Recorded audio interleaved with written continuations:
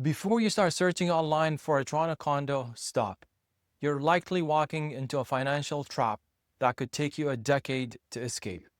I'll give you 5 reasons why you shouldn't buy a condo and show you why buying a box in the sky is the biggest risk to your net worth, from hidden $30,000 bills you never saw coming to the brutal math of today's interest rates in a market that hasn't bottomed out yet.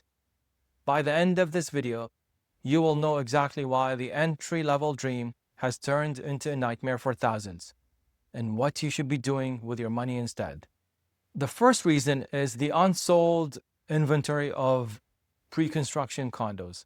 Now, you might be thinking, what does pre-construction have to do with the resale condos? And I will explain. We are currently at a 35-year low when it comes to the sales of pre-construction condos. It's something we haven't seen since the early 1990s. And as a matter of fact, in the first quarter of 2026, 0 new projects launched. In the past year, there was a record high of over 28 projects that were canceled, and approximately 10% of the pre-sold units were taken back by developers because buyers could not close. This has led to a record high of nearly 4,300 completed but unsold developer units sitting empty across the Toronto area. Now, this is important because that increased supply of new construction condos sitting on the market for sale is competing with resale condos and condo owners who want to sell their condo to move up to a semi-detached or a detached property. So the higher supply of condos for sale, new and resale, is creating downward pressure on prices of condos in the city of Toronto. The second reason is the forever fee and the inflation trap. Now, your mortgage eventually gets paid off, whether it's 25 years, 30 years, or could be even earlier, 20 years if you put in some prepayments. However, your condo fees only go up. They never end. And it's something that continuously goes up as time goes by and as the building ages. In the last few years, since the pandemic, condo fees have skyrocketed, well above the inflation rate, due to soaring labor costs and insurance premiums. And as a matter of fact, the Toronto Regional Real Estate Board data shows that this is the #1 reason for buyers' remorse when it comes to condos. I'll give you a personal example. I owned a condo in the downtown core. It was it's a great location, beautiful design, that I sold in 2018. And the reason I sold it back then, the maintenance fees were rising. And back then, the maintenance fees were, 70 to 80 cents per square foot. And at the time that I sold it in 2018, it was just under the dollar per square foot. So for me, that was a red flag, because as maintenance fees increase above the market, that will put downward pressure on the condo value. So I sold it back then in 2018. The same condo is for sale now. So we're talking 8 years later in 2026 for $70,000 below what they bought it for from me as the seller at that time. And the maintenance fees now are $1.36 per square foot plus hydro that the owner has to pay. So again, because of the high per square foot maintenance fees, that has put downward pressure on the value of the condo. With respect to older all-inclusive buildings, which were well-designed, built, some of those buildings are now sub-metering or hiking their maintenance fees to cover the rising costs as the buildings age. Keep in mind, a $700 condo fee today could be $1,100, $1,200 in 10, 12 years from now. Reason number 3, special assessments.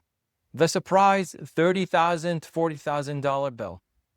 As buildings age, as they get into that 20, 25, 30 years, more work is required, such as replacing the windows, replacing the HVAC systems, elevators, it could be garage structural issues down underground. And all those are big cost projects that should have been well funded via the reserve fund. However, in some cases, the buildings do not have enough funds to cover those costs, and they are forced to resort to those special assessments of $30,000, $40,000, $50,000. Now, reviewing the status certificate at the time of purchase is part of the due diligence. However, that tells you the building financials up to this point, and it might give you an indication moving forward into the next 6 months, maybe 12 months. However, it does not tell you how well managed the building is. And one way to find out, part of the due diligence, is to connect with existing condo owners to have a better understanding of the property management and how well is that building run. Keep in mind, a good deal isn't free. If you see a 2-bedroom condo or a 1+10 that is $150,000, $200,000 below market, it's usually a red flag because there could be a special assessment waiting. Fourth reason is owning a box in the sky versus land. And this is where the appreciation gap makes a big difference. Right now, at the time of this recording, we're seeing signs of recovery in the semi-detached as well as the detached Toronto houses. But at the same time, condos are still declining. In the semis and detached sectors, in some pockets, we're seeing multiple offers and competition, depending on the location, depending on the price points, and the condition of that specific home. And this is where it's critical, because if condo values continue to drop and freehold properties, semis and detached, continue to appreciate, as that gap expands, it will become more difficult for condo owners to sell their condo and get into a freehold property down the line. Now, when you buy a condo, you own the space between the wall. You do not own the land. And the reality is condo floor plates are pretty much similar. So floor plate on level 1, 2, 3, all the way to the top is pretty similar, with a few exceptions when you get into the penthouse level. And this makes the unit into a commodity.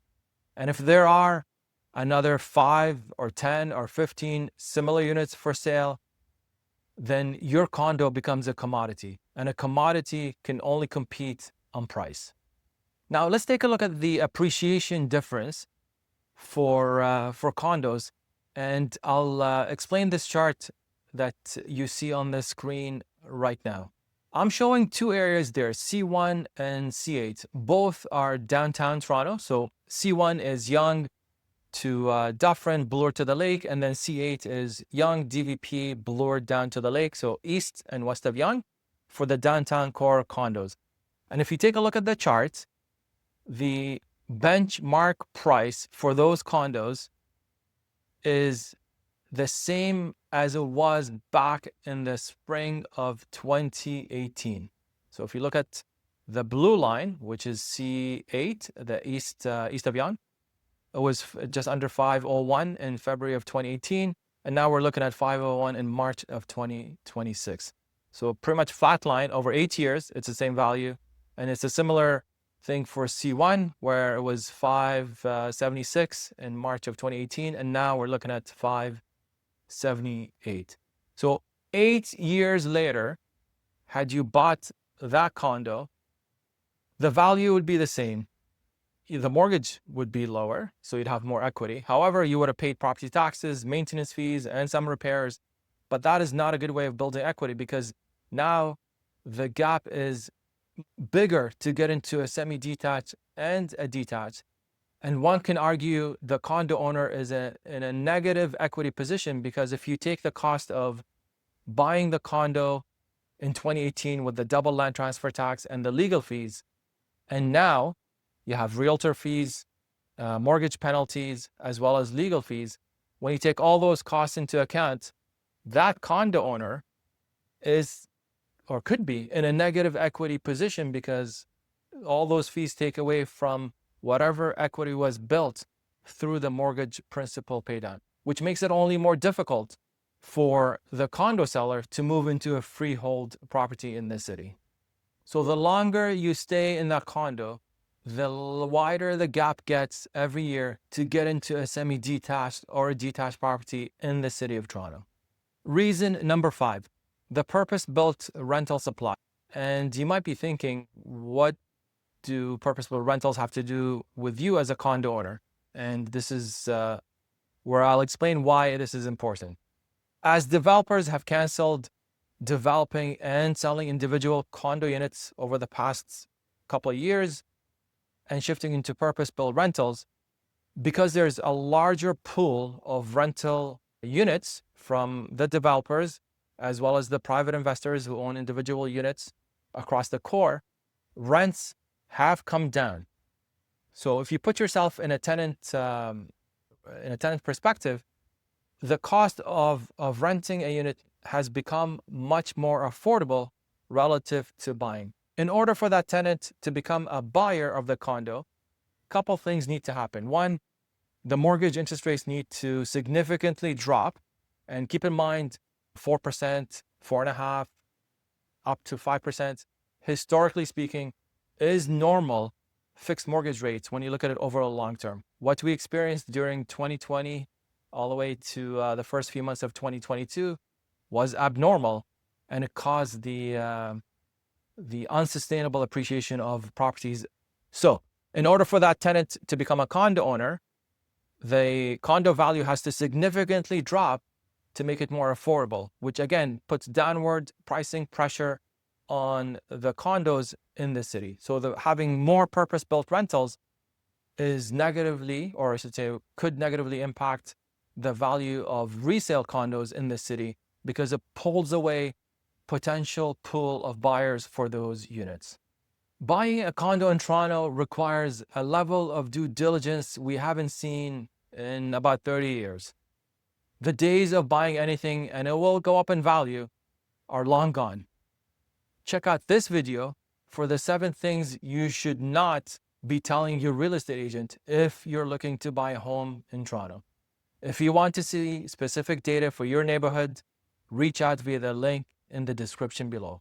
Thanks for watching, and I'll see you in the next one.